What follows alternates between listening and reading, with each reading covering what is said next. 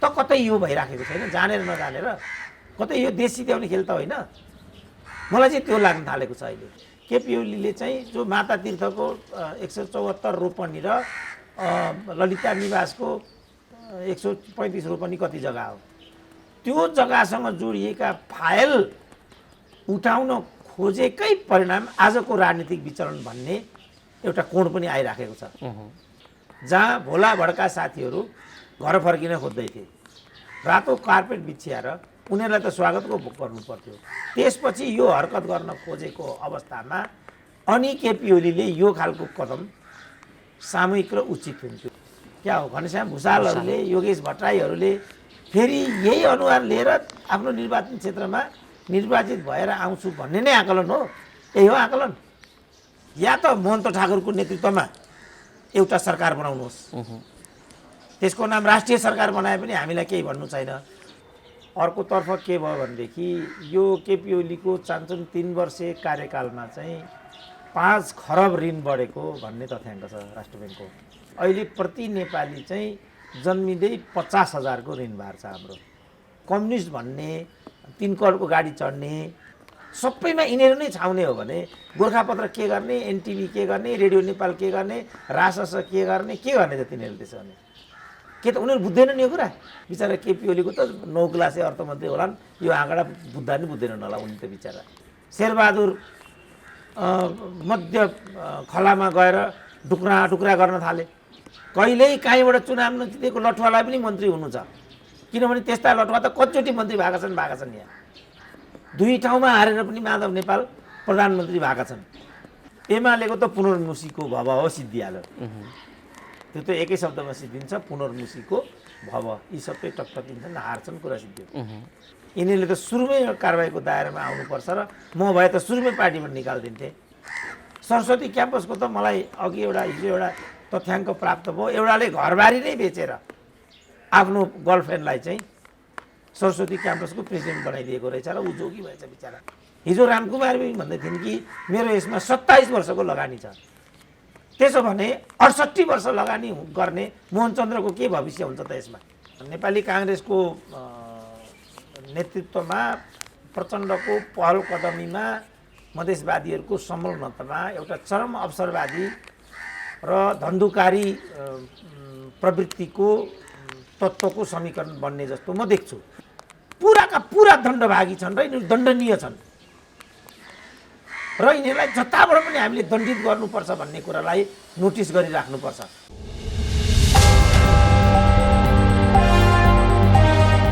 पछिल्लो विकसित घटनाक्रममाथि केन्द्रित रहेर कुराकानी गर्नका निम्ति राजनीतिक विश्लेषक प्राध्यापक डाक्टर सुरेन्द्र केसी हामीसँग हुनुहुन्छ।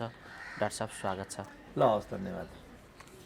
स्वास्थ्यको क्षेत्रमा कुरा गर्दाखेरि कोभिडले जुन खालको विश्वव्यापी सङ्कट पैदा गर्छ र नेपाल पनि अब धेरै कुरामा धराशायी बन्न सक्छ भन्ने जो अनुमान गरिएको थियो यहाँको अर्थ राजनीतिदेखि लिएर सबै कुरामा, कोभिडले पारेको राजनीतिक र सामाजिक अनि आर्थिक असरलाई नेपालको सन्दर्भमा कसरी हेर्न सकिन्छ? कहाँ पुर्यायो डाक्टर साहब कोभिडले? अब यो त 80% भन्दा बढी औद्योगिक संरचनाहरू धाराशायी भएका छन् र सबभन्दा राम्रो आर्थिक वृद्धि झन्डै 7% चाहिँ आर्थिक वृद्धि दर हुन्छ भन्ने प्रोजेक्सन थियो। अब त्यो त अहिले यो वर्ल्ड ब्याङ्कको पछिल्लो प्रोजेक्सन अनुसार 0.6% माइनसमा गइरहेको छ। भनेपछि योजना आयोगले चाहिँ 15औं योजना आयोगले जो हाम्रो 23% को निरपेक्ष गरिदियो त्यसलाई 7% झार्छु भन्ने उसको प्रोजेक्सन हो। अब त्यो चाहिँ त्यो र भूकम्पको कारणले 23-17 मा झर्नुको सट्टा 23-29 मा पुग्ने जस्तो देखिन्छ। अब योभन्दा काली लाग्दो आर्थिक विदीर्ण चित्र त अर्को के हुनसक्छ र? तर अब के भयो भने जो रेमिटान्सको जुन रफ्तार थियो 8 अरबभन्दा बढी रेमिटान्स आइरहेको हुन्छ हाम्रो वार्षिक सालाखाला। अब त्यो घट्नुपर्नेमा त्यो चाहिँ घटेन। त्यसले गर्दा इकोनोमी धाराशायी नभएको, अर्थतन्त्र धाराशायी नभएको बुझाइ छ अहिले नेपालीहरूको। अब सरकारलाई त आनन्दै होला, अर्कोतर्फ के भयो भनेदेखि यो केपी ओलीको चान्चुन 3 वर्षे कार्यकालमा चाहिँ 5 खरब ऋण बढेको भन्ने तथ्याङ्क छ राष्ट्र ब्याङ्कको। त्यो गर्दाखेरि कोभिडभन्दा उता प्रति नेपाली 46,000 को ऋण थियो प्रति नेपाली।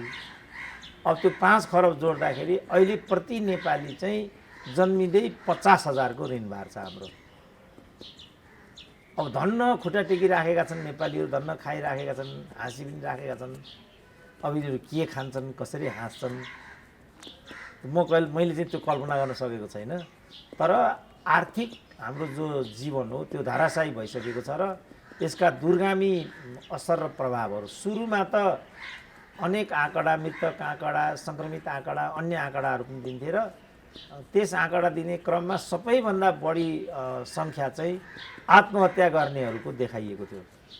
अब अहिले त आजित भयो, क्यारे रेडियो नेपाल पनि आजित भयो, के जागेश्वर गौतम भन्ने प्रवक्ता पनि आजित भयो कि क्या हो, तिनको कर्कश बोली पनि सुनिँदैन, बिचरा नबोल भने कि तिनलाई पनि के भयो, न मुर्झाएका हुन्, न सत्ता खेलमा लिप्त भएर अरू सबै कुरा चाहिँ नेपथ्यमा गए। किनभने नेपाल र नेपालीलाई त राजनीति भए फेरि अर्को केही चाहिँदैन।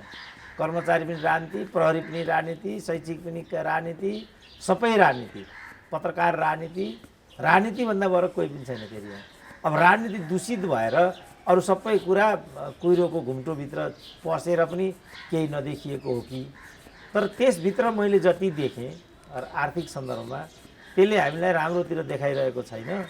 मलाई लाग्छ यसको घातक र दूरगामी असर नै आउनेछ र हामी आर्थिक रूपमा तङ्ग्रिन धेरै समय लाग्ने जस्तो। किनभने -0.6 भनेको त कसैसँग जति इन्कम छ त्यसको डबल खर्च हुने जस्तो कुरा भयो। मसँग चाहिँ 100 रुपियाँको खर्च छ, मैले 96 रुपियाँ मात्रै कमाएँ भने त म त ऋणको भारले थिचिँदै अगाडि जाने भएँ। राष्ट्रको कुरा पनि यही हो। त्यसकारण आर्थिक दृष्टिकोणले हाम्रो राम्रो छैन। किन पनि राम्रो छैन भने यही अवधिमा 6 महिनाको अवधिमा चाहिँ 20 अरबको त मोबाइल मात्रै ल्याएको भन्ने छ। खालि मोबाइल मात्रै 20 अरबको 6 महिनामा। अब कृषिजन्य उपजहरू पनि हाम्रो बाहिरबाट नै आउँछ। 32 अरब त्यो भन्दा बढी रेसियोमा अरू सामग्रीहरू आइराखेका छन्। अब कति अब सबै, किनभने अब नेतो भन्ने फेरि कस्तो छ भने प्रदेश नम्बर 1 को मुख्यमन्त्रीले चढ्ने गाडी मात्रै 3 करोडको। मुलुकको इकोनोमी -0.6 मा गइराखेको छ। अब एउटा प्रदेशको फुचे मुख्यमन्त्री चाहिँ 3 करोडको गाडी चढ्छ। अब मुख्यमन्त्री 3 करोडको चढ्छ भने प्रधानमन्त्री कति करोडको होला, राष्ट्रपति कति करोडको होला। त्यस्ता अरू मुख्यमन्त्री थुप्रै छन्। त्यस्ता मुख्यमन्त्री त एउटा दृष्टान्त मात्रै। अब मुख्यमन्त्रीकै कुरा गर्दाखेरि प्रदेश नम्बर 2 को मुख्यमन्त्रीको मोबाइलको कस्ट मात्रै 2 लाख। एउटा मोबाइलको मात्रै कुरा। मिनिमम 4टा मोबाइल त बोक्दो हो त्यसले।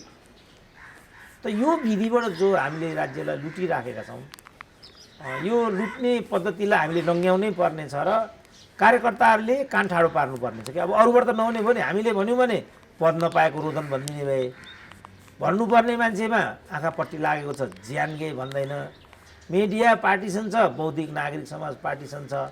अनि एउटा सुरेन्द्र केसीले ट्याउट्याउ गरेर त कहाँबाट चाहिँ सूचनाको उचित सम्प्रेषण हुन्छ त? गाह्रो छ। त्यसकारण पनि म यो यति तथ्याङ्कहरू जोडजाड गर्छु। अझ बिना तथ्याङ्क सुरेन्द्र केसी बोल्छ भन्छन् फेरि बजारेहरू छ। मुस्किल तानी तुनिकन चाहिँ म तथ्याङ्क लिएर आउँछु। किन म अर्थशास्त्रको विद्यार्थी पनि होइन। अब तथ्याङ्कसँग खेल्न पनि उति आउँदैन। तर जति तथ्याङ्कहरू उपलब्ध छन् बजारमा, ती तथ्याङ्कको आधारमा हाम्रो आर्थिक भविष्य राम्रो छैन। यो चुनौती र सङ्कटापूर्ण अझ इटालीतिरको कुरा आइराखेको छ, जर्मनीतिरको कुरा आइराखेको छ। कोभिडले थप गाँदै ल्याइराखेको छ। दोस्रो लहरको कोभिड अवश्यम्भावी छ भन्ने कुराहरू पनि छन्। त्यो सब सम्झिँदाखेरि त हाम्रो आर्थिक मानदेख्ता एकदमै सङ्कटापन्न छ र हामीलाई तङ्ग्रिन मै भनौँ न, यो 1 वर्ष मेरो घरमा 1 रुपियाँ पनि एक्स्ट्रा इन्कम पुगेन। कसरी मैले घर चलाएँ होला त? तर मेरो त सानो परिवार भएको हुनाले छोराछोरी आत्मनिर्भर छन्, कुनै किसिमले जीवन चलिराखेको छ। अब मोटर धान्नु पर्दैन, पेट्रोलियम हाल्नु पर्दैन, चान्सले डाक्टर कहाँ पनि जानु परेन। अझ निःशुल्क उपचार गरिदिने डाक्टर सुन्दरमणि त्यहाँ जिउँदै हुने भएको हुनाले त्यो बोझ पनि मलाई भएन र म टिकिराखेको छु। होइन भने डाक्टरलाई 7 दिन नाग्यो अर्को बिल बनाइदिइहाल्छ। एकचोटि डाक्टर साहब मलाई त पेट दुख्यो भन्ने बित्तिकै उसले 500 बजाइहाल्छ। अनि के गरी खुट्टा टेक्ने त नेपालीले? अब म त धेरै भाग्यमानी छु, यो सबै कुरामा सेफै छु म। अब यो कोभिडले गर्दाखेरि नियमित फलोअपमा दिल्ली जानुपर्ने थियो, त्यो रोकेर बसिरहेको छु बा भित्रभित्रै गाँजिसक्यो कि त्यसले, त्यो पनि अस्पष्ट नै छ। अब यो एउटा मेरो कुरा भयो। आम नेपालीहरू कसरी बाँचिराखेका होलान्, कसरी चलिराखेको होला, कसरी चुलो बलिराखेको होला, अब त्यो भन्यो भने त यहाँ अहिले भक्कानु छुट्छन्। डाक्टर साहब, यो पाटो एउटा भयो, आर्थिक रूपमा त्यति जर्जर बन्दैछ, तर यही तथ्याङ्कलाई मिथ्याङ्कको रूपमा व्याख्या गर्ने परिपाटी पनि एक खालको चलिराखेकै छ। अब अर्कातर्फ यस्तो स्थितिमा पनि यो राजनीति गर्नेहरूलाई चाहिँ केहीले नछोएको जस्तो देखिन्छ। के भएको हो यो चाहिँ? यो उनीहरू चाहिँ राजनीति होइन क्या, उनीहरूले चाहिँ यसमा व्यवसाय गरेको जस्तो। यही आर्थिक जुन विदीर्ण चित्रण मैले गरेँ, यही अवधिमा अब यही कुरालाई ठ्याक्कै प्रगति नेपाल त एकदम यो चाहिँ आर्थिक वृद्धि दरको रेसियो त धेरै उच्च भयो यो सरकारका पालामा भनेर व्याख्या गरिदिन्छन् नि त यहाँ त। अनि ती त अब थाकिसके, किनभने 0.6 भनेको चाहिँ वर्ल्ड ब्याङ्कको तथ्याङ्क हो। अब यिनीहरूको अनि तर पनि सिधा जनतामा भ्रम त फैलिएकै छ नि त। सरकारले यसो गरौँ उसो गरौँ आदि इत्यादि कुराहरू त भइराखेकै छन्। हाम्रो आर्थिक वृद्धि दर यस्तो छ, हाम्रो के अरे व्यापार घाटा हामी घटाउँदैछौँ, यस्ता कुराहरू त गरिराखेकै हुन्छन् नि त दिन प्रतिदिन। त्यो उनीहरू जस्तो भन्यो नि, सुरुमा म आफै छक्क परिरहेको थिएँ। के भने अघि मैले भने नि 7.9 जति चाहिँ आर्थिक वृद्धि दर हुन्छ यिनीहरू भन्थे। म चाहिँ अर्थशास्त्रको लेमेन भए पनि त्यो सुन्दाखेरि म छक्क पर्थेँ। किनभने उत्पादन र उत्पादकत्व नबढिकन, कल कारखाना नखोलिकन कसरी चाहिँ आर्थिक वृद्धि हुन्छ त? के आधारमा आर्थिक वृद्धि हुन्छ? त्यसको कुन चाहिँ आँकडाले त्यसलाई सपोर्ट गर्छ त? भाइ छोरा विदेश जाने कुरा क्रम अझ डब्लिएको छ, त्यो कारणले भने हो कि होइन? त्यसबाट पनि रेमिटान्सबाट चाहिँ विश्वको कुनै पनि मुलुकको अर्थतन्त्र बन्दैन नि त। त्यसको लागि त पुँजी निर्माण हुनु पर्यो नि। तर यहाँ त त्यसैलाई स्रोत बनाएर त्यही रेमिटेन्सका भरमा देश चलिराखेको सत्य त सबैले बुझिराखेकै छ नि त। त्यही भएर यसरी नै चल्छ भन्ने बुझाइ हो कि राजनीतिज्ञहरूको भन्नेतिर अहिले देखियो क्या विषय। किनभने आत्मनिर्भर बन्ने कुरामा त कोही पनि छलफल गरिराखेको छैन। सबै भागबन्डा, तछाड मछाड, लुटपाट यस्तै कुरामा न सबै केन्द्रित भएको देखिन्छ। अब यो कुरालाई हेर्ने हो भने त रेमिटेन्सबाट आउने कुरामै सबै भर परेर यहाँ ताण्डव गरे हो कि भन्ने खालको पनि स्थिति देखिन्छ। आत्मनिर्भरताको बाटोतिर कसैले सोचेको देखिँदैन। यो विषयमा के भन्नुहुन्छ भन्नु त? होइन, अब यो जुन राजनीतिलाई जुन यिनीहरूले धन्दा बनाए नि त, राजनीति त पेसा होइन नि त। राजनीति भनेको त तपाईँ जे सोधिरहनु भएको छ त्यो तरिकाबाट जनजीवन, जनजीविका र जनस्तर उकास्ने प्रक्रिया चाहिँ राजनीति हो नि त। पहिला राजनीति नै के हो भनेर बुझाउनु पर्ने देखियो क्या यहाँ त। राजनीति भनेको कसैलाई मन्त्री महामन्त्री बनाउने मात्रै प्रक्रिया हो। जस्तो अहिले भनौँ न, हामीले जुन राजनीतिमा स्थायित्वको लागि जनादेश दिएका छौँ, त्यसमाथि खेलबाड गर्ने अधिकार यिनीहरूलाई कहीँबाट छ? कम्युनिस्ट एकताको विपक्षमा जाने यिनीहरूलाई कहीँबाट अनुमति छ? उनीहरू वास्तवमा त्यो 2/3 मेन्टेन गर्न सक्दैनन् भने त जनतामा आउनु पऱ्यो नि उनीहरूले त। हामीबाट गल्ती हो बा पार्टीभित्र चाहिँ कि चलो भयो, यसलाई हामीले व्यवस्थापन गर्न सकेनौँ, त्यसमा तपाईँहरूको राय के छ? योभन्दा अर्को त उनीहरूलाई अधिकार छैन नि त। लोकतन्त्र भन्ने, लोकतान्त्रिक अभ्यास नगर्ने, कम्युनिस्ट भन्ने, 3 करोडको गाडी चढ्ने, मिल्यो कुरा? 2 लाखको मोबाइल बोक्ने, मधेसका जनताको लागि भनेर मधेसी दल गठन गर्ने, अनि प्रदेशको मुख्यमन्त्री भएपछि 2 लाखको गाडी चढ्ने भने पहाडेकै जस्तो दुष्प्रवृत्ति मधेसी नेताले पनि बोक्ने हो भने किन हामीलाई मधेसी पार्टी चाहियो? फेरि किन हामीलाई दलित जनजाति चाहियो त? त यो कुरामा क्रमभङ्गता ल्याउने कि नल्याउने भन्ने प्रश्नको आजको प्रश्नको चुरो त त्यो हो नि त। त्योमा त डिबेट गरेन नि त, नेपाली मिडियाले पनि डिबेट गरेन। उसले पनि तपाईँ मूल प्रवाहका टिभी इत्यादि हेर्नुभयो भने एकपछि अर्को नेता मात्रै लगेर त्यहाँ उसले उभारिराखेको हुन्छ। त्यो छ, कतिपय मिडियाहरू सरकारको विरोध गर्नुलाई मात्रै धर्म ठान्ने, कतिपय प्रतिपक्षीको विरोध गर्नुलाई मात्रै धर्म ठान्ने, कतिपय असन्तुष्टि यिनै गन्जागोलभित्र फेरि आफ्नो धन्दा व्यापार चलाउने योभन्दा प्रतिर त काहीँ पनि केही विषय देखिँदैन। अब यो किन भन्ने प्रश्नको उत्तर पर्गेल्ने आजको चुनौती हो। किन त मान्छे यस्तो गर्छ त कि मिडियाले यो कुरा बुझ्दैन? ऊ किन यो धन्दा गरिरहेछ त? नेतालाई नै निजी क्षेत्रमा पनि लगेर उफार्ने हो भने राज्य संरक्षित र पालित पोषित त्यतिका सञ्चार माध्यमहरूले चाहिँ के गर्छन् त्यसो भने? त्यहाँ सबैमा यिनीहरू नै छाउने हो भने गोर्खापत्र के गर्ने, एनटिभी के गर्ने, रेडियो नेपाल के गर्ने, रासस के गर्ने त तिनीहरू त्यसो भने? त्यसकारण जुन यो धन्दा हामीले गरिराखेका छौँ यो हामी जानी गरिराखेका छौँ कि अन्जानबाट यो गरिरहेका छौँ। त्यसकारण यो जुन व्यवस्था र यो गलत अभ्यास हामीबाट भइराखेको छ जानेर नजानेर, यो एकदमै नेपाल र नेपालीको हित विपरीत छ। यो नेपाल र नेपालीको हितमा जाने हो भने हामीले मुलुकलाई औद्योगिकरणको प्रक्रियामा लानै पर्छ। जस्तो राजाले त्यतिका कल कारखाना उद्योगहरू खोलेका थिए, कुन तर्कको आधारमा तिनीहरूको जुन विचलन गरियो, कुन चाहिँ तर्कले त्यसलाई सही भन्छ, त्यसमा नि मान्छे बहस गरिरहेको देख्छु म। यो विधि जो विधि अहिले आर्थिक क्षेत्रमा चाहिँ अवलम्बन गरिएको छ, नेपाललाई आधुनिक एउटा ताको प्रक्रियामा लैजान योभन्दा राम्रो विधि नै थिएन भन्छन्। के त उनीहरू बुझ्दैनन् यो कुरा? डाक्टर रामशरण महतलाई 5 वर्ष अगाडि सबभन्दा राम्रो अर्थमन्त्रीको रूपमा भनेर बेलायतको एउटा संस्थाले चाहिँ पुरस्कृत गर्यो। राम्रो अर्थशास्त्री भनेर होइन, अर्थमन्त्री। उनी अर्थशास्त्री पनि हुन् नि त। होइन, उसले पुरस्कृत गरेको चाहिँ अर्थमन्त्री भनेर चाहिँ।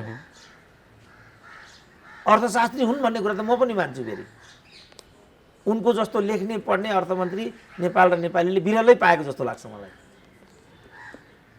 त्यो गरि पनि रहेछ उनले। तर पुरस्कृत जो उहाँलाई गरेको छ राम्रो अर्थमन्त्री भनेर, त राम्रो अर्थमन्त्रीको आधार के? जसको अर्थतन्त्र 0.6 ऋणात्मक भइसक्यो। यो त ओभर द पिरियड्स भएको चाहिँ इन्डिकेटर्स हो। एकै दिनमा केपी ओलीको वरदान त यो होइन। बिचरा केपी ओलीको त 9 क्लासे अर्थमन्त्री होलान्, यो आँकडा बुझ्दा नि बुझ्दैनन् होला उनी त बिचरा। किन हामी यो काम गरिरहेछौँ त? फेरि हाम्रो विरोधाभास सबभन्दा पढेको र जान्ने अर्थमन्त्री भनेर युवराज कतिवटालाई लिएर राखिदिए, तिनकै कारण हामी ऋणात्मक गएको वास्तवमा। भनेपछि पढे लेखेकोबाट पनि भएन, यहाँ 40बाट 50 भयो त भने समस्या कहाँ हो भनेर चाहिँ मैले त छलफल गर्ने बेला आइसक्यो। कहाँ हो त समस्या?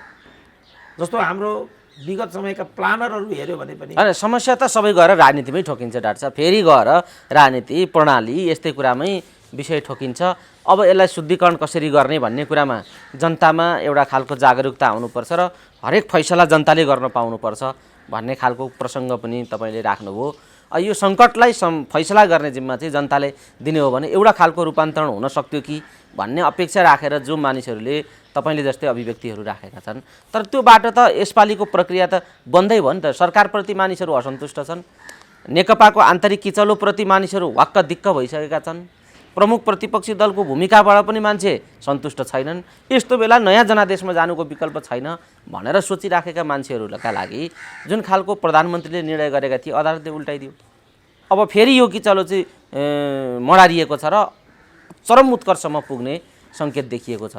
अझ प्रचण्डले चाहिँ प्रधानमन्त्रीलाई 24 घण्टाभित्र राजीनामा गर भनेर एउटा थ्रेट गरिराखेका छन्, राजीनामा गर्न निर्देशन दिइराखेका छन्। पार्टी कुन हो कसको टुङ्गो छैन।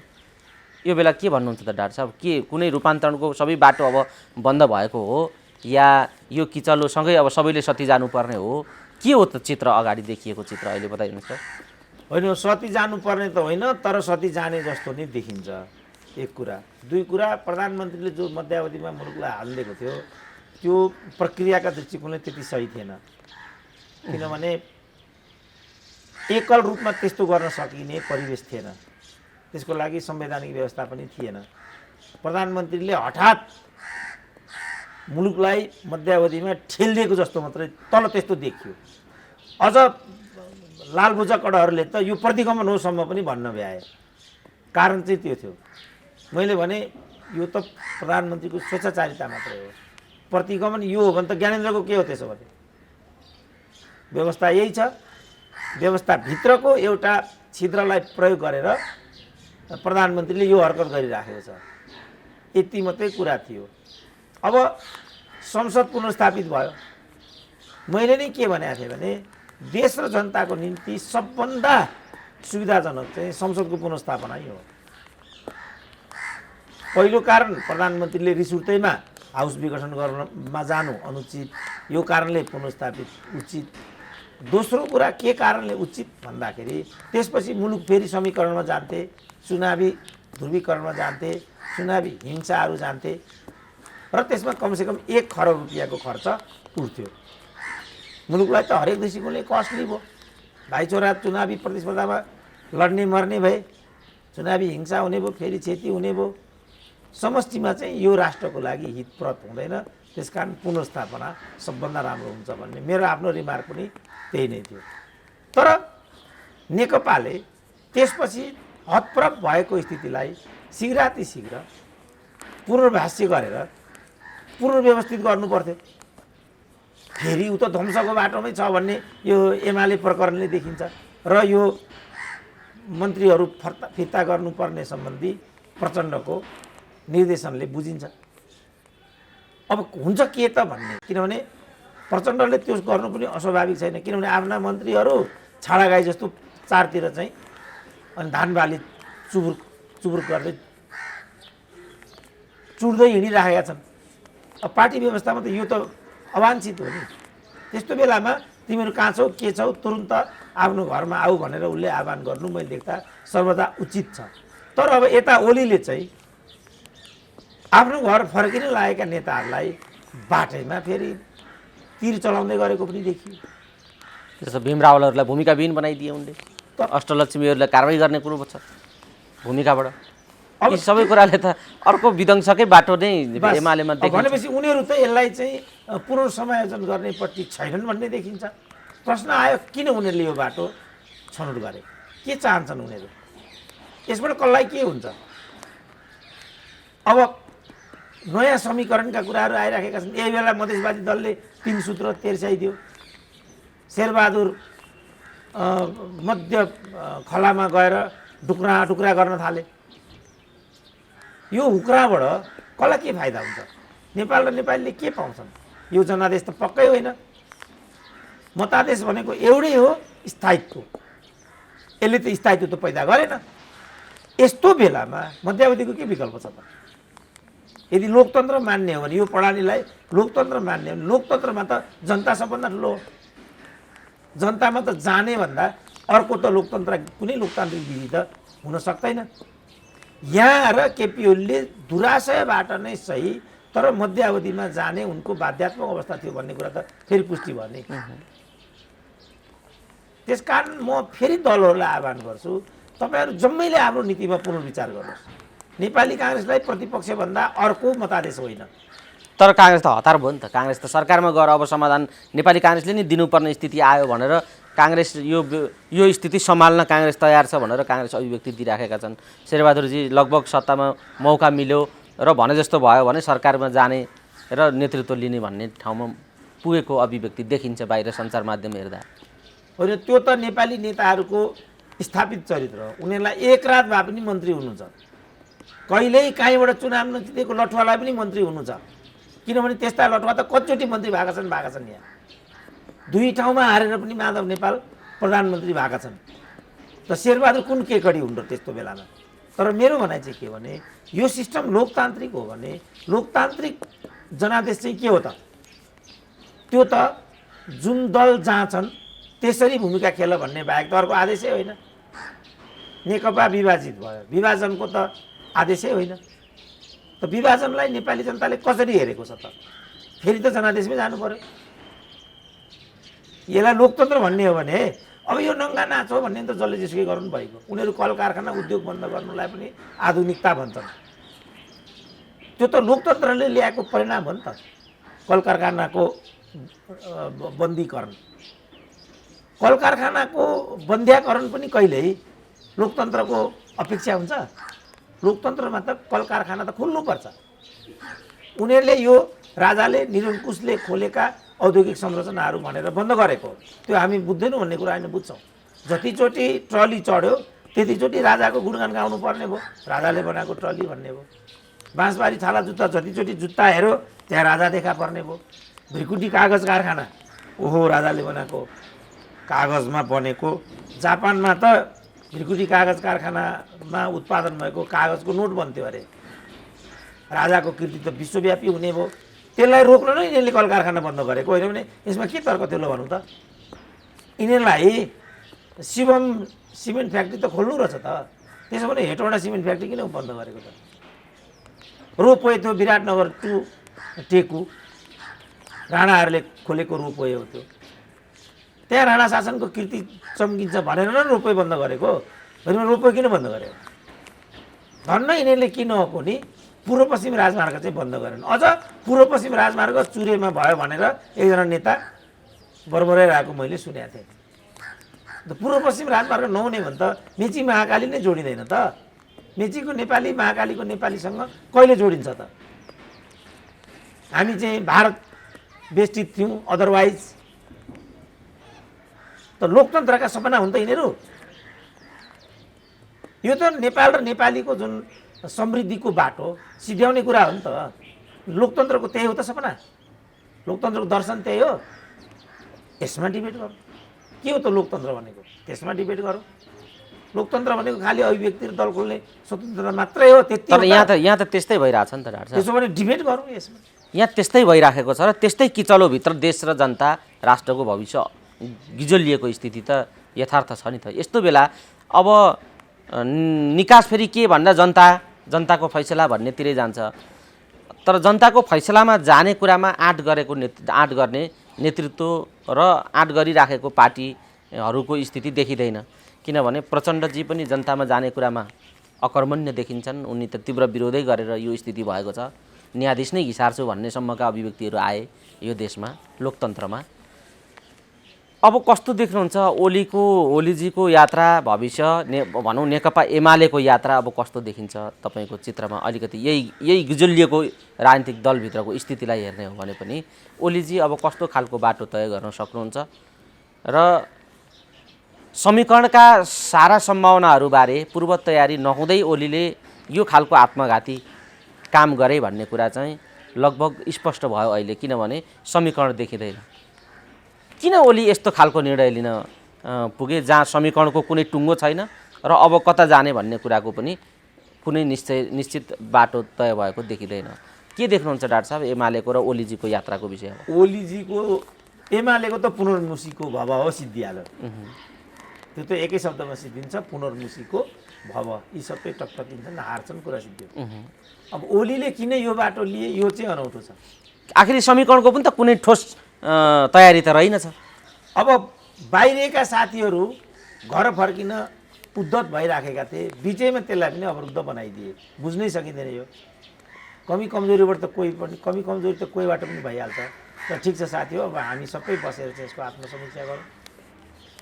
कसले के बोल्यौँ, कसले के गऱ्यौँ, के कारण हामी अलग थलग भयौँ, यसमा मेरो कति त्रुटि, साथीहरूको कति त्रुटि, बाह्य घुसपैठियाहरूले हामीलाई कतिको उचाले, प्रचण्ड त बाहिरीहरूले हामीलाई टुटाउन खोजेको, ओलीसँग गएर एउटा कुरा भन्ने, मसँग गएर एउटा कुरा भन्ने पनि हामीले थाहा पायौँ। यो सबै भन्थे नि विगत समयमा, भनेका थिए। त यहाँ के भएको हो त त्यो समीक्षा गर्नुपर्नेमा अब यहाँ त ओलीले हत्तनपत्त साथीहरूलाई घरमा आउलान् कि भनेर रोक्न खोजे जस्तो देखियो मैले देख्दा। अब उहाँले चाहिँ 10 स्पष्टीकरण दिए पनि मलाई लाग्छ त्यो स्पष्टीकरण चित्तबुद्ध हुने छैन। किनभने साथीहरू त जे जस्तै भए पनि फर्किरहेका थिए। अहिले आकलन के छ भने त्यो रूपमा उनीहरू घर फर्किने अनि 40% को खेलोमेलो खेल्ने दुराशयबाट उनीहरू घर फर्किँदै थिए। त्यो दुराशयलाई निष्प्रभावी बनाउन केपी ओलीले यो हतियार उठाएको भन्ने छ। तर यो त हाइपोथेटिकल कुरा नै भयो। यदि यो सत्य हो भने उनीहरूको आशय पनि खतरनाक नै देखियो। त्यसकारण मैले त सुरुदेखि नै भनेको थिएँ कम्युनिस्ट पार्टीभित्र गुटगत गतिविधि मान्य हुँदैन। यिनीहरूले त सुरुमै कारबाहीको दायरामा आउनुपर्छ र म भए त सुरुमै पार्टीबाट निकालिदिन्थेँ। मैले 1 वर्ष अगाडिदेखि भन्न थालेको कुरा थियो यो। तर अहिले आएर त ढिलो भयो नि त। किनभने कुनै पनि निर्णय भनेको त उपयुक्त समयमा गर्नुपर्छ नि त। मैले देख्दा यो उपयुक्त समय थिएन, जहाँ भोला भड्का साथीहरू घर फर्किन खोज्दै थिए, रातो कार्पेट बिछ्याएर उनीहरूलाई त स्वागतको गर्नु पर्थ्यो। त्यसपछि यो हरकत गर्न खोजेको अवस्थामा अनि केपी ओलीले यो खालको कदम सामूहिक र उचित हुन्थ्यो। यही कुरा मैले प्रचण्डको हकमा भनेको थिएँ। 2.5 वर्षको बिन्दुलाई उहाँले किमार त छोड्नु हुँदैन थियो। 2.5 वर्ष क्रस गर्ने बित्तिकै यो ढिङ्ने केपी ओलीले गरेको भए सिङ्गो राष्ट्र लाग्थ्यो, हामी पनि लागिमेली गर्थ्यौँ। यहाँ केपी ओलीको अर्घेलाइ भइराखेको छ। प्रधानमन्त्रीत्वको पालो चाहिँ सहमति अनुसार प्रचण्डको हो। त्यसपछि त आजको अवस्थै आउने थिएन नि। त उहाँहरूलाई यो सब कुरा हेक्का नभइकन, थाहा नभइकन उहाँहरूले यो बाटो तय गरेको हो कि के हो, अब यसको उत्तर उहाँले दिनुपर्ने म देख्छु। प्रचण्डले के कारणले 2.5 वर्षको शर्तलाई परित्याग गर्नुभयो, माधव नेपालहरू के कारणले यसरी भौतारिनुहुन्छ, फर्केर फेरि यहीँ आउनुहुन्छ, केपी ओली के कारणले यो गर्नुहुन्छ, आउँदै गरेका साथीहरूलाई पनि बाटैमा रोक्नुहुन्छ। मैले कार्यकर्ताहरूलाई आह्वान गरेको छु हिजैदेखि, तिमीहरू यो किन गर्छौ भनेर। कार्यकर्ताहरू पनि किन आवाज उठाउँदैनन् फेरि? उनीहरू पनि हिसाबै किताबमा छन्। यो हिसाब किताबको परिणाम उनीहरूको पक्षमा आउँछ भन्ने आकलन हो। अझै पनि घनश्याम भट्टराईहरूले क्या हो, घनश्याम भुषालहरूले, योगेश भट्टराईहरूले फेरि यही अनुहार लिएर आफ्नो निर्वाचन क्षेत्रमा निर्वाचित भएर आउँछु भन्ने नै आकलन हो। यही हो आकलन। यति पनि थाहा छैन यिनीहरूलाई किन यिनीहरूले यो गरिराखेका छन्। म फेरि आह्वान गर्छु, तपाईँहरूले आत्मसमीक्षा गर्नु जरुरी छ। हामीलाई थाहा छ तपाईँहरूको उपभोक्तावादी भ्रष्टीकरणको चरित्र, तपाईँहरूको महत्त्वाकांक्षा रातोरात मन्त्री बनाउने, अखिलको अध्यक्ष एउटा रिटायर भएको छैन सांसद बनाउने, सांसद भएको छैन मन्त्री हुन हतार हुने, जिन्दगीमा जनताको बिचमा पुगेकै छैन मन्त्री भएर झन्डा हल्लाउँदै हिँड्ने। यसले गर्दा तपाईँहरूमा एक खालको इन्फेरिटी कम्प्लेक्स डेभलप भएको छ, त्यो म बुझ्छु। त यही कुरा पार्टीभित्र उठाउनु पऱ्यो नि। किन हामीले यो चाहिँ आत्मघाती बाटो लिइराखेका छौँ? किन हामीमा भ्रष्टीकरण सवार छ? किन हामीमा अवसरवादी हाबी भयो? किन हामीमा अर्थवाद हाबी भयो? त्यो पनि हामी बुझ्छौँ। किनभने चुनावमा जानु पर्यो भने अर्थैको भूमिका हुन्छ, नकमाइ हुँदैन। एउटा प्रदेश नम्बर 2 तिरकै आँकडा थियो, मेयरमा चुनाव लडे, 14 करोड खर्च भयो तर हारे। पार्टीलाई 2 करोड दिएर चाहिँ सांसदको टिकट पाए, अर्को 2 करोड थपे तर चुनाव जिते। साथीहरू के भन्छन् भनेदेखि वार्ड अध्यक्षको होइन, ल क्याम्पसको युनियनको प्रेसिडेन्टको उम्मेदवारले पनि 14 लाख खर्च गरेको रेकर्ड छ। सरस्वती क्याम्पसको त मलाई हिजो एउटा तथ्याङ्क प्राप्त भयो, एउटाले घरबारी नै बेचेर आफ्नो गर्लफ्रेन्डलाई चाहिँ सरस्वती क्याम्पसको प्रेसिडेन्ट बनाइदिएको रहेछ र ऊ जोगी भएछ बिचरा। अब त्यो जोगी भएको त माओवादीमा पस्नु पर्यो, ब्याङ्क लुट्नु पर्यो, अथवा किसानलाई जनतालाई धकधक्याउनु पर्यो र त्यो सम्पत्ति त्यहाँबाट उपर गर्नु पर्यो। यो कारणले यो भ्रष्टीकरण र यो अर्थवादी चिन्तन हाबी भएको छ भन्ने कुरा हामी त बुझ्छौँ। तर गर्ने यही हो त लोकतन्त्र र कम्युनिजममा। यो भस्मासुरी शैली र बाटो के कारणले चाहिँ अवलम्बन गरिरहेछ नेतृत्वले? यो प्रश्न उठाउने उपयुक्त व्यक्ति हामी हौँ कि ती लाखौँ कार्यकर्ता हुन् जसले यसमा रगत पसिना खर्च गरे? हिजो रामकुमार पनि भन्दै थिइन् कि मेरो यसमा 27 वर्षको लगानी छ। त्यसो भने 68 वर्ष लगानी गर्ने मोहनचन्द्रको के भविष्य हुन्छ त यसमा? 14 वर्ष 16 वर्ष त जेल मात्रै बस्नु भएको छ उहाँको हिसाब चाहिँ के हो त? अब त यो जुन उपभोक्तावादी र एउटा भ्रष्टीकरणको बाटो नेतृत्वले लिइराखेको छ, त्यसपछि आजको स्थिति उत्पन्न भएको छ। त यसको क्षतिपूर्ति कसरी गर्ने, वा यसको पूर्ण समायोजन कसरी गर्ने, वा अब समाधानको बाटो के हुन्छ? यो त खेलखाल झेलझाल गर्ने, नेतृत्व हत्याउने, गाडी चढ्ने होइन, ब्युटी पार्लर गएर चाहिँ राम्रै बनिएर हिँड्नेहरूको कुरा भयो। मैलै धुस्रै हिलै मैलै बाटामा 2 घन्टा त पानी लिन जानुपर्छ भन्ने हिजो एउटा भिडियो हेरिरहेको थिएँ मैले। तल आधी जिउ नग्न पुरै धुजा भएको लुगा लगाइरहेको छ। आज किसानहरूले चाहिँ 10 वर्षदेखि आफ्नो उत्पादनको चाहिँ बजार पाइराखेका छ, मूल्य पाइराखेका छैनन्। उनीहरूले चाहिँ कहिले क्षतिपूर्ति पाउने त? उनीहरूले चाहिँ त यहाँ त विषय केन्द्रितै भएन नि। अझ त्यतापट्टि विषयभन्दा अझ अर्को यिनै खेलखाल ठेलठाल झेलझालभित्रको किचलो थाम्न नसकेर फेरि म द्वन्द्व गर्छु, हतियार उठाउँछु। मैले चाहिँ नयाँ साथी खोज्दा पुराना साथी छुटेँ भन्ने जस्ता निराशाजनक र आपत्तिजनक अभिव्यक्ति त पूर्व प्रधानमन्त्री भइसकेका पुष्पकमल दाहाल प्रचण्डका मुखराबिन्दबाटै यस्ता अभिव्यक्ति सुनिँदैछ। डाक्टर साहब, यो जे समस्या तपाईँले उजागर गर्दै हुनुहुन्छ, पूर्व प्रधानमन्त्री भइसकेका मान्छेले यो सोचिराखेको छैन, अर्को बाटो सोचिरहेछ ऊ यो स्थितिमा भने अब यो कसरी यस्ता अपेक्षाहरू पुरा होलान् भन्ने विषय छ नि। होइन, मन्त्री र प्रधानमन्त्री त हाम्रो देशमा जो पनि भयो क्या।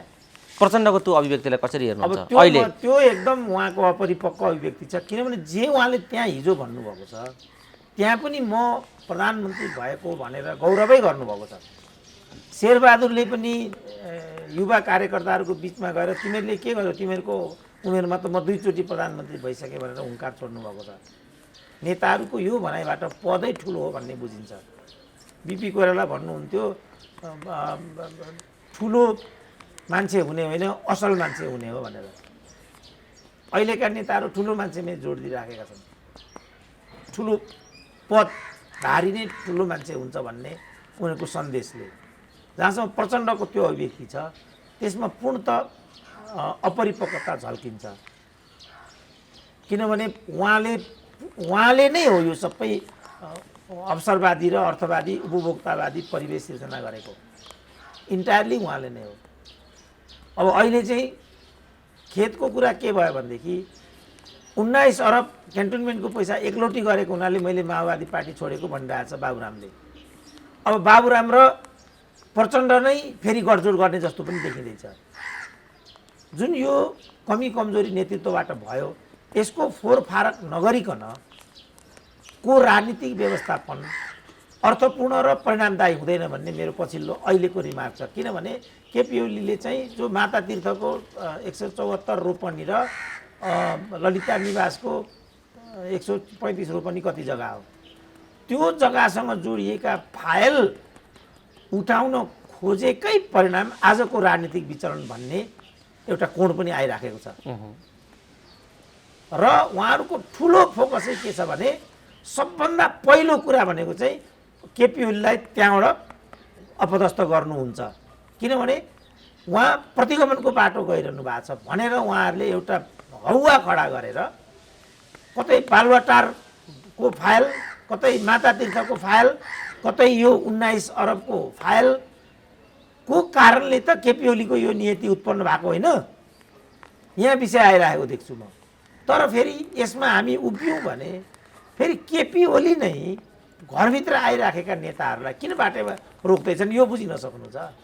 त्यसपछि मैले के निष्कर्ष निकालेको भने हामीलाई स्थायित्व र राष्ट्रियतालाई बलियो बनाउनबाट रोक्नको लागि त कतै यो भइराखेको छैन, जानेर नजानेर कतै यो देश सिध्याउने खेल त होइन। मलाई चाहिँ त्यो लाग्न थालेको छ अहिले। किनभने असुरक्षा, अनिश्चय, गरिबीको दुष्चक्र, विदेशी ऋणको चपेटामा मुलुकलाई चाहिँ झोसेर असफल राष्ट्रको रूपमा चाहिँ यसलाई चित्रित गरिकन त्यही भित्रबाट यो देश सिध्याउने खेल त होइन यो। मलाई त्यता चिन्ता लागिरहेको छ अहिले।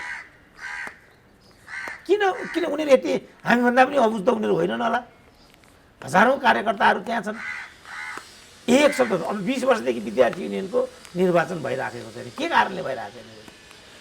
50 वर्षको बुढो नेभी सङ्घको नेता छ, किन युवा छैनन् त्यहाँ?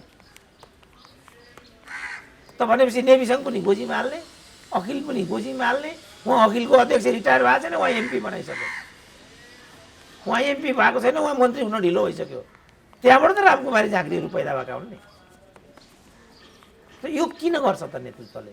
भनेपछि युवाहरूलाई पनि उपभोक्तावादी र भ्रष्टीकरणको प्रक्रियामा गोलचक्करमा फसाइदिने र पदको पछाडि दौडिन अभिप्रेरित गर्ने, विचार, मूल्य, मान्यता र सिद्धान्त, नैतिकतालाई तिलाञ्जली दिदिने, अझ पदभन्दा पनि पदका निम्ति हिंसाको बाटोतर्फ प्रेरित गर्ने सम्मका अभ्यासहरू पनि भए, चाहे मांसाहारी आन्दोलनको अभिव्यक्ति होस्, चाहे फेरि अहिले युद्धमा जान्छु भन्ने अभिव्यक्ति होस्, यी समग्र कुराहरूले कतै न कतै फेरि हिंसा उन्मुख समाजलाई हिंसा उन्मुख नै गरिराखेको र गराइराखिएको हो कि भन्ने एउटा यो विषय उठिराखेकै छ। डाक्टर साहब, हामी कुराकानीको अन्तिम चरणमा छौँ। जाँदा जाँदै एउटा बताइदिनुहोस्, अब सत्ता समीकरण कस्तो बन्ने सम्भावना छ र अरू यही भित्र हुन सक्ने सम्भावित परिणामहरू कस्ता देखिन्छन्? दुर्घटनाका हुन् या समाधानका हुन्? तपाईँ कस्तो परिणाम अगाडि आउने देख्नुहुन्छ र समीकरण कस्तो बन्न सक्छ? अब सत्ता समीकरण त नेपाली काङ्ग्रेसको नेतृत्वमा प्रचण्डको पहल कदमीमा मधेसवादीहरूको संलग्नतामा एउटा चरम अवसरवादी र धन्धुकारी प्रवृत्तिको तत्त्वको समीकरण बन्ने जस्तो म देख्छु। तर समीकरण त अवश्यम्भावी जस्तो नै देखिन्छ, किनभने जुन किसिमको अन्तर्घात एमाले भित्र पनि प्रवेश भएको देखिन्छ। जुनसुकै मूल्यमा बादशाहलाई चाहिँ घोडाबाट झार्नुपर्छ भन्ने एक सूत्रीय मन्त्रबाट उनीहरू अघि बढेको देखिन्छ र यही बेलामा अनेक किसिमको आपराधिक एउटा अप्टिक लागेको प्रवृत्तिलाई पनि उन्मुक्ति दिलाउने खेलखाल पनि यहाँभित्र प्रवेश गरेको देखिन्छ। नेपाली काङ्ग्रेस अफताब आलमको उन्मुक्तिको पट्टि भन्ने सार्वजनिक रूपमा देखिएको छ। अनि मधेसवादी चाहिँ रेशम चौधरीको प्रकरणलाई मूल मुद्दा बनाउने, संविधान संशोधन प्रक्रियालाई पनि तीभित्र हालिदिने र प्रचण्डले यो सबै कुरामा चाहिँ निर्वाध रूपमा चाहिँ मधेसवादीहरूसँग सहकार्य गर्ने भन्ने प्रचण्डको पछिल्लो अभिव्यक्ति देखिँदा यो समीकरण बन्ने जस्तो चाहिँ पक्का जस्तै छ। तर राज्य कमजोर भएको बेलामा यो खालको प्रवृत्तिलाई संस्थागत गर्ने दुष्प्रवृत्तिलाई नेपालको राजनीतिमा फेरि एकपल्ट हामीले हुल्यौँ भने कहीँ यो त हाम्रो लागि भोलि गएर आत्मघाती हुने होइन।